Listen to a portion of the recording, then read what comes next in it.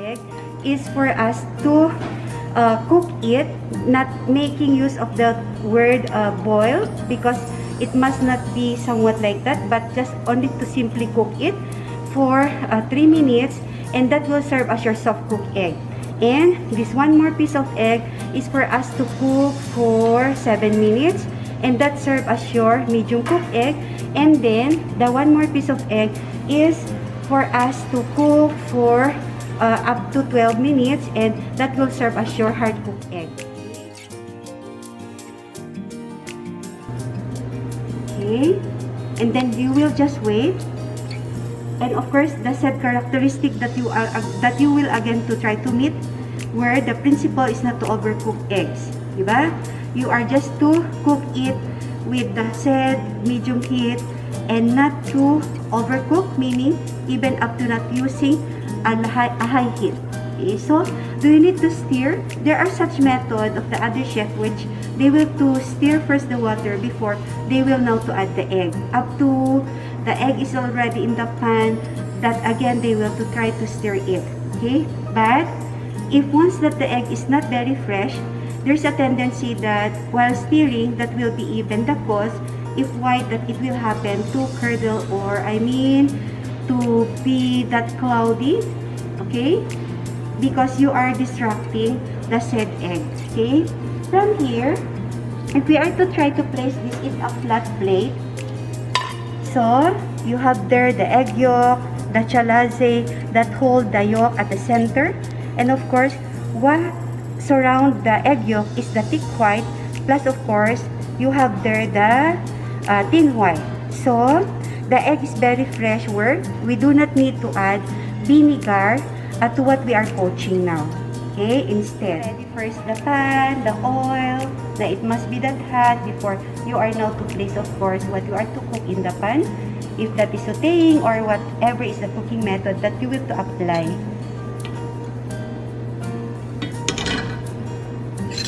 Okay, so once that the pan is hot, that of course even the oil is already hot, pero hindi pa, no? Nag-check.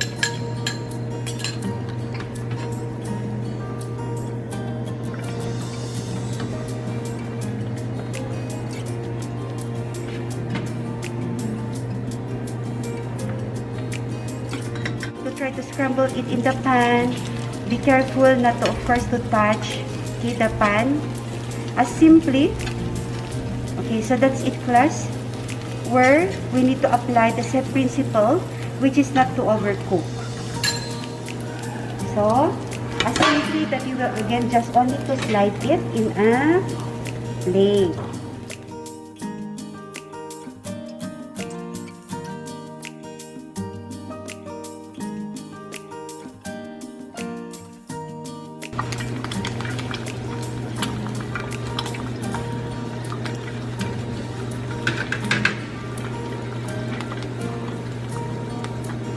Season it with salt and pepper. But plus, as we had said, it depends if that will be what the customer will to tell you, since the said breakfast cookery, which are your egg cookery, is what you are to execute in front of your guest. Okay, so you wait that the egg white is already not naman that totally cooked before you are to need to flip it. Is slightly cooked, meaning the egg white. Okay, over easily. Okay, and that's it.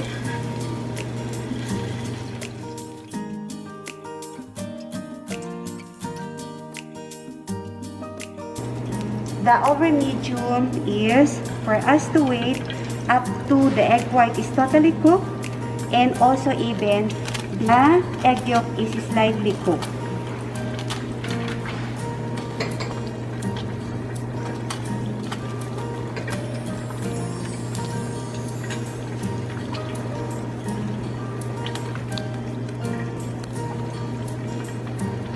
This is of course the cookery that you cannot rush up to adjusting the heat in order that you will to cook it as quick and as fast, no? But you know the set principle that goes to the egg cookery. Okay, so you wait up to the whole egg white is totally cooked, but still the egg yolk is slightly cooked. Meaning slightly, meaning still that runny. Plus before you will to flip.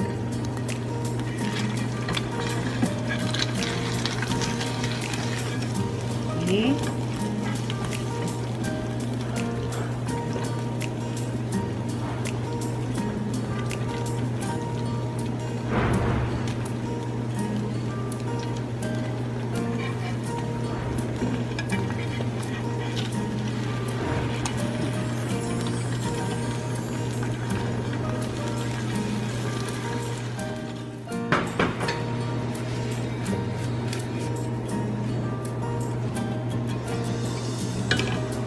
Okay, our over easy, over medium, over hard.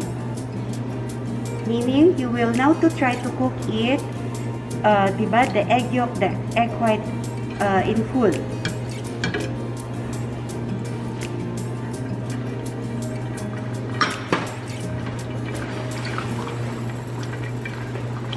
For the over easy, you only slightly cook the egg white. Up to the egg yolk is still that runny. For the over medium, you totally cook the egg white and slightly cook the egg yolk.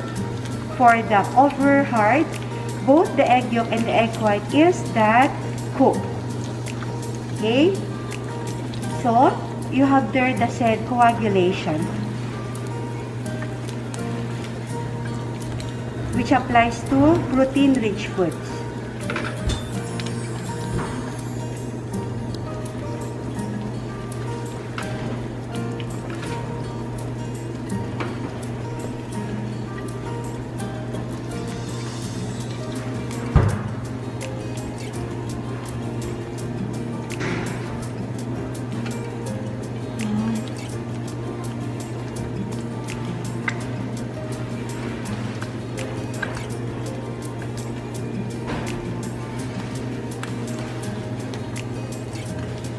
And of course, class, you know how you are being assessed in your return demonstration, which it's not only now you will to try to choose if whatever you will to like to try to cook, that maybe it's even you are used to under your egg cookery, but yet you are required to do all the said now. So flip. Then we'll wait up to the egg yolk is totally cooked. Over easy, over medium, over hard. Next to this will be our sunny side up.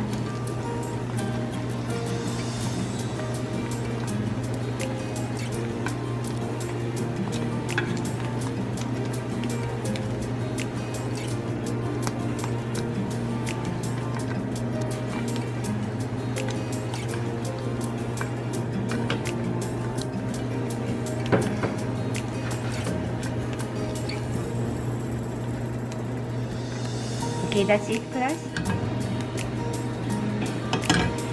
Which again, class, it depends if whatever your guest will to request you, malasado, or if you are to totally cook it. But how you try to cook your over easy, over medium, over hard is where you had tried to flip it. But the said sunny side up is just for you to wait up to how the egg is to be cooked upon request. Okay? If your guest will to tell you to totally cook the egg yolk, or if not, and that's it. Which even I said whether you will to season it or not. And if even what you are to season.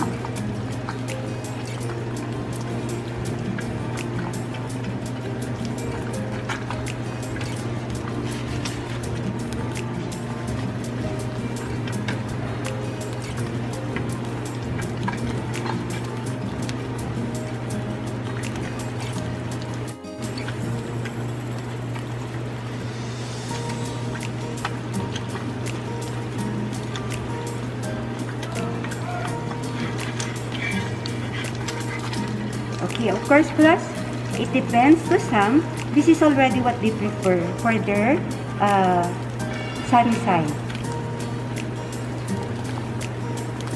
But see to it that it will not happen to burn. Okay, considering of course the whole part were not just only checking the said side na it will not to of course happen to burn. Okay, so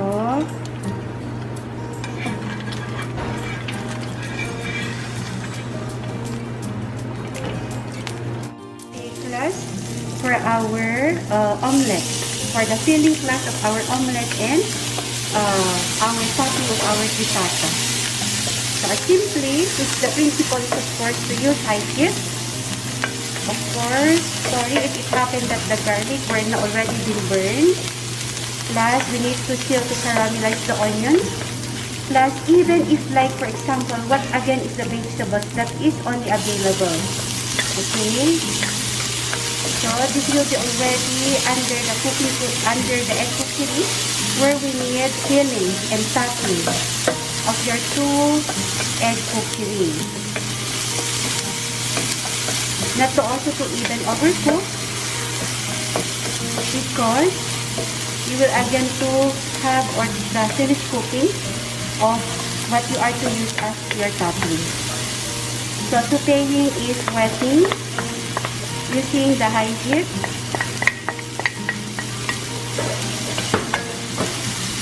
And if let's say if you have ham, even up to whole kernel corn, which you can still add up to even how you are to balance the amount of oil that you are using to what you are now cooking, up to of course to season it with salt and pepper.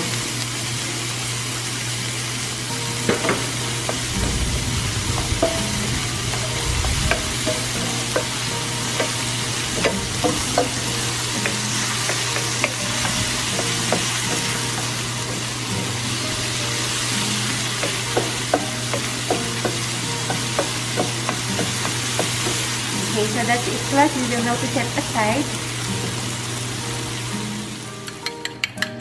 Okay class, this will be what will serve as our omelette. For our omelette, sorry. Of course, you will to just try to spread it. It depends if you will to prefer maybe to use 2-3 pieces of egg, but we just only try to make use now of 1 egg. Okay, so you will just to simply beat it to incorporate air, and then as is na you are now to try to place in your hot pan with the hot oil, and we have our sautéed vegetable.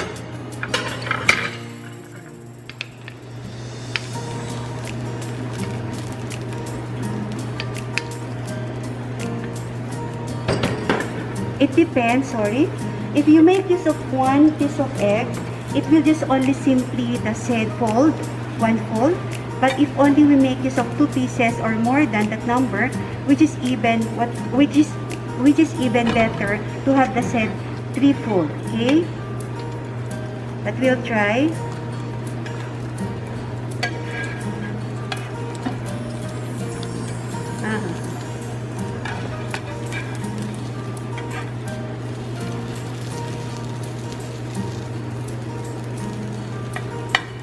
So class, that's how easy for you to do your omelette.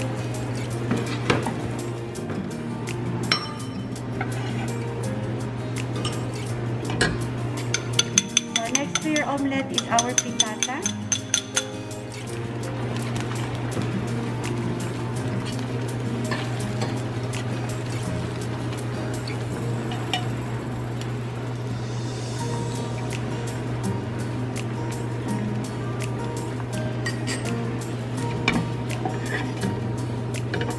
Of course, class, sorry if it did not happen that I consider around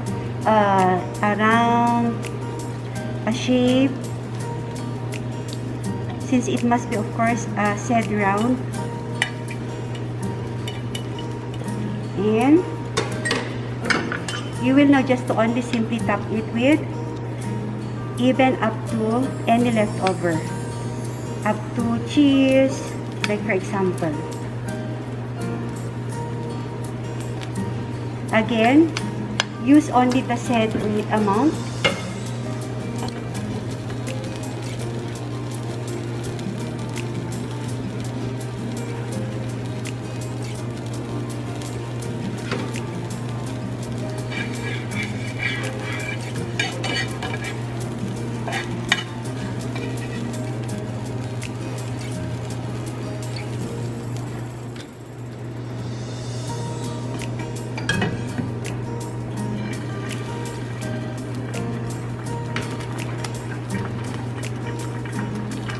And class, you put a small amount of water.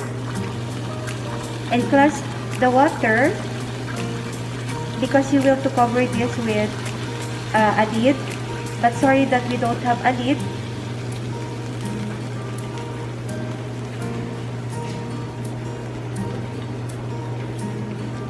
And what we are just to only make use of to cover what we are steaming is the smaller size of pan.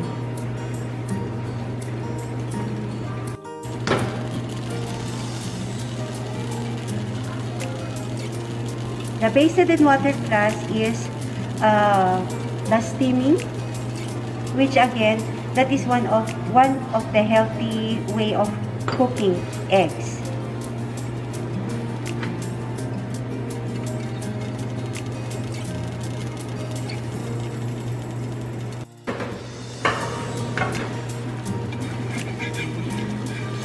So that's it, class. It looked like your sunny side up, but of course, you try to check if how it differ, which we even said na this is one of the healthiest way of cooking egg. Okay? Can you add too much of water? No. Just sprinkle a small amount of water. And it has that set characteristic.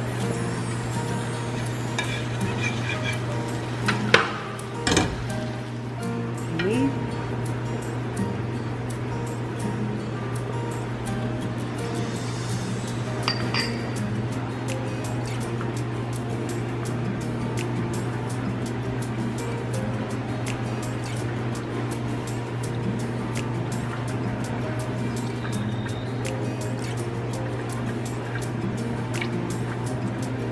And class, it is somewhat deep fried but not. It's because you will to get the oil and for you to drizzle on the top surface of the egg.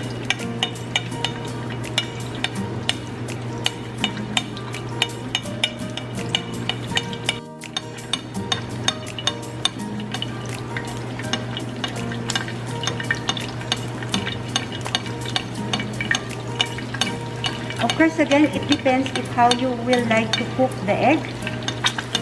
If you will to totally cook the egg yolk, because knowing that the first to coagulate or to solidify is the egg white as always.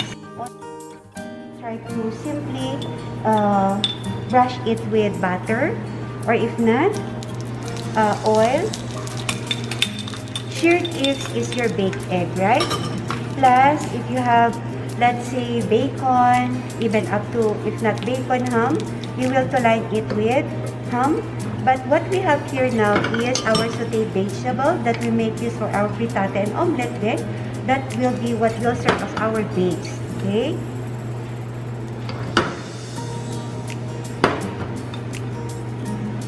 And then, we will now to put the whole egg. It's not beaten.